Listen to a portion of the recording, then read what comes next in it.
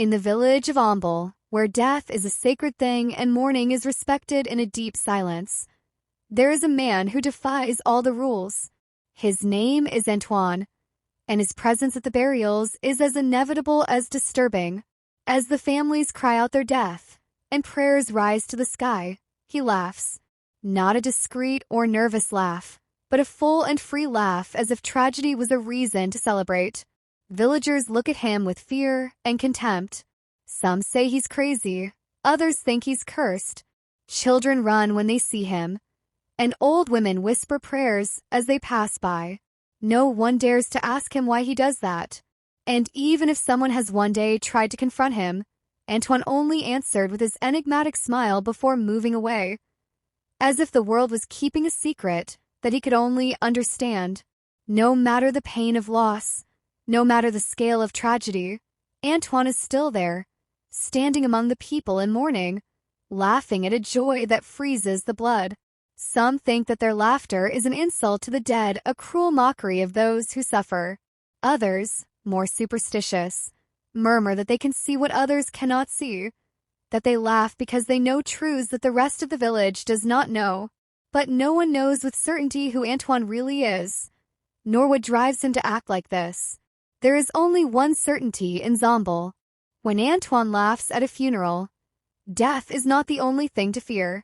Please subscribe to the channel if you haven't already. The village of Ombol woke up with a mantle of sadness covering its streets. Kofi, the wisest and most respected man in the village, died during the night. His house, humble refuge where everyone came to seek advice, became a sanctuary of mourning.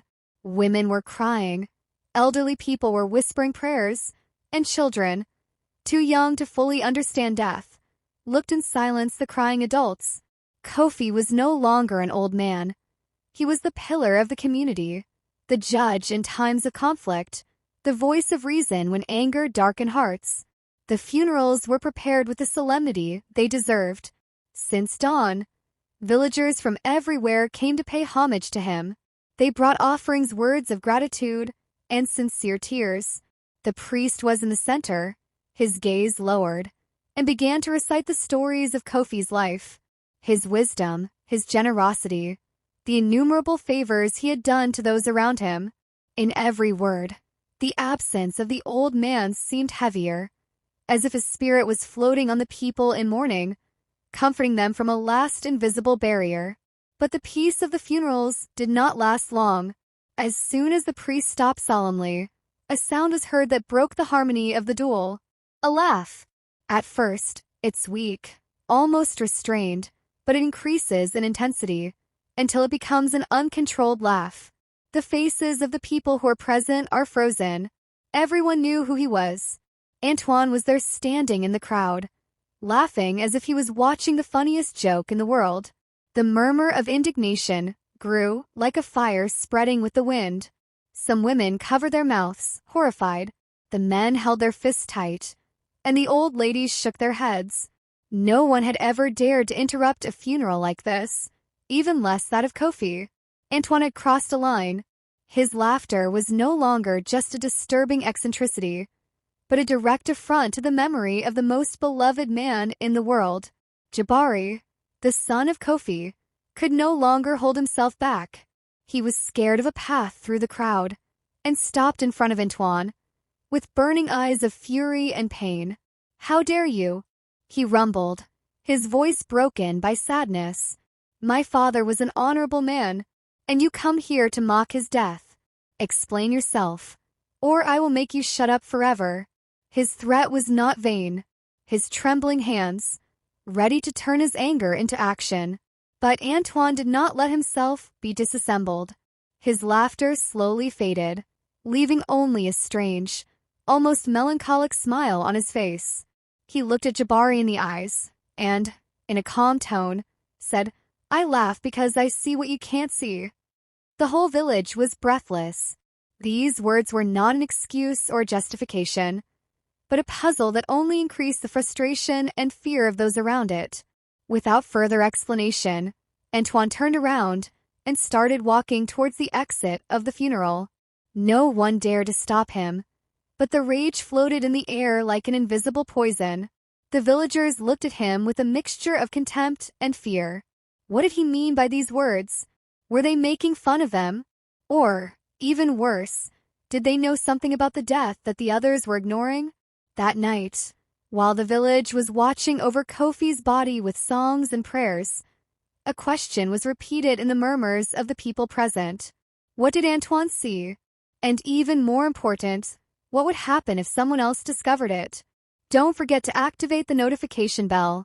Kofi's death was still heavily on the village when the tragedy struck again. Blessed, a young woman full of life, known for her sweetness and generosity, was found dead at her home. No one understood what had happened. Her mother, the swollen eyes of pain hung onto her daughter's body, and screamed that it was not an accident. Her complaint spread throughout the whole valley, causing a silent disturbance. Rumors spread like a drag of powder in the dried grass. Some said that Benny had suddenly fallen ill. Others spoke of poisoning, and some, with fear in their voices, suggested that his death had something much darker. The village was not used to such frequent tragedies. 2 deaths in such little time cannot be a coincidence.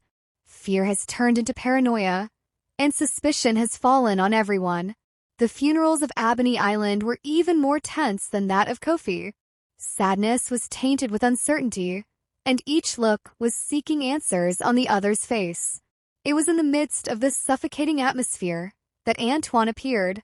He walked slowly through the crowd, hands in his pockets, and the same carefree expression as usual. And then, as if destiny was having fun with chaos, the laughter began. At first, it was weak, a strange murmur that seemed to resonate in the silence of the ceremony. But in a few seconds, his laughter burst out of all his strength, breaking the solitude like a lightning in the night. The village became silent. The eyes filled with tears of the sea of Ebony fixed it with fury. Some men advanced, ready to do what no one had dared to do before. Jabari was the first to react. His patience had reached its limits. She grabbed him by the arm and shook him violently. Enough of this. Tell us what your fucking laugh means. The air became thick, the tension almost palpable. Antoine, always smiling, leaned his head as if he measured his words before speaking. The truth is close, he murmured. His voice was calm, but his words fell on the village like a curse. Jabari's heart beat furiously in his chest, and for a moment, it seemed he was going to hit him. But something in Antoine's gaze stopped him. It was not the mockery I saw in his eyes, nor the madness. It was compassion. The crowd's murmur turned into a ruckus of confusion and fear. What a truth! What did Antoine see that no one else could see? Was he a madman with an impeccable survival instinct? Or did he know something that others did not know? The questions were, leaving behind him a village plunged into confusion. No one tried to stop him this time. No one knew what to do. That night, the doors of all the houses were really closed twice. The parents held their children tighter in their arms. No one spoke loudly, as if they feared that something in the dark was listening to them. Kofi's death could have been a misfortune, that of a blessing, a coincidence. But 2 deaths in such a short time, and the laughter of Antoine each time, made it impossible to ignore the feeling that something terrible was about to happen. And then, like a seed of fear planted in the heart of Omble, a question began to germinate in everyone's mind. Who will be next? The night fell on Omble, like a heavy blanket of uncertainty. The wind was blowing through the huts, and the villagers were sleeping with one eye open, as if death could slip under their doors at any moment. But while the people were trembling with fear, Antoine remained in the center of the village, standing under the old baobab, looking at the moon with a smiling face. The silence was interrupted by a scream, a cracking sound that made dogs howl and take its flight into the trees, uncared. Doors opened and torches illuminated the dusty path leading to Jabari's house. The villagers ran, feeling their blood frozen. At their arrival, the scene cut their breath. Jabari gazed at the ground, motionless, eyes wide open, reflecting the torch's fire. Questions were replaced by accusations. "It's Antoine!" Someone shouted.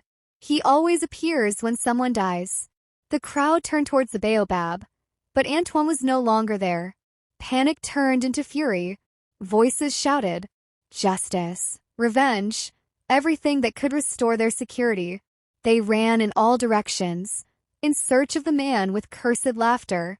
They found him on the hill, standing near the old rock, where the old men were used to telling stories. He didn't run, he didn't defend himself, he was just waiting for them. As the first villager jumped on him with a spear raised, Antoine raised his hand. "If you want answers, listen," he said with an impossible calm. "If you kill me now, you will never know what is really happening." The air was filled with an invisible electricity. No one moved. Antoine took a deep breath and looked at them, one by one, his smile finally fading away. "It is not I who brings death to the pack," he murmured. "I am the only one to see him come." His voice, low but firm, penetrated into the bones of those who listened to him. Something in his voice made the villagers swallow, because for the first time, Antoine didn't laugh. And then, as if his statement had been a prophecy, a guttural sound emerged from the darkness behind the village, a sound that belonged to no human being. "It's now or never. Subscribe to the channel."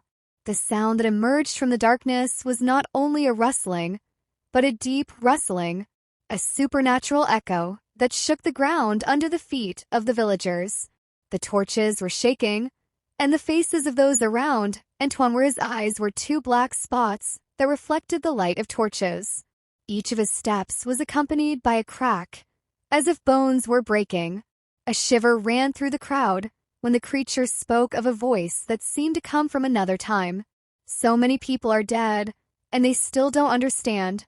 The villagers retreated, trembling. Antoine, he took a step forward. The expression was serene.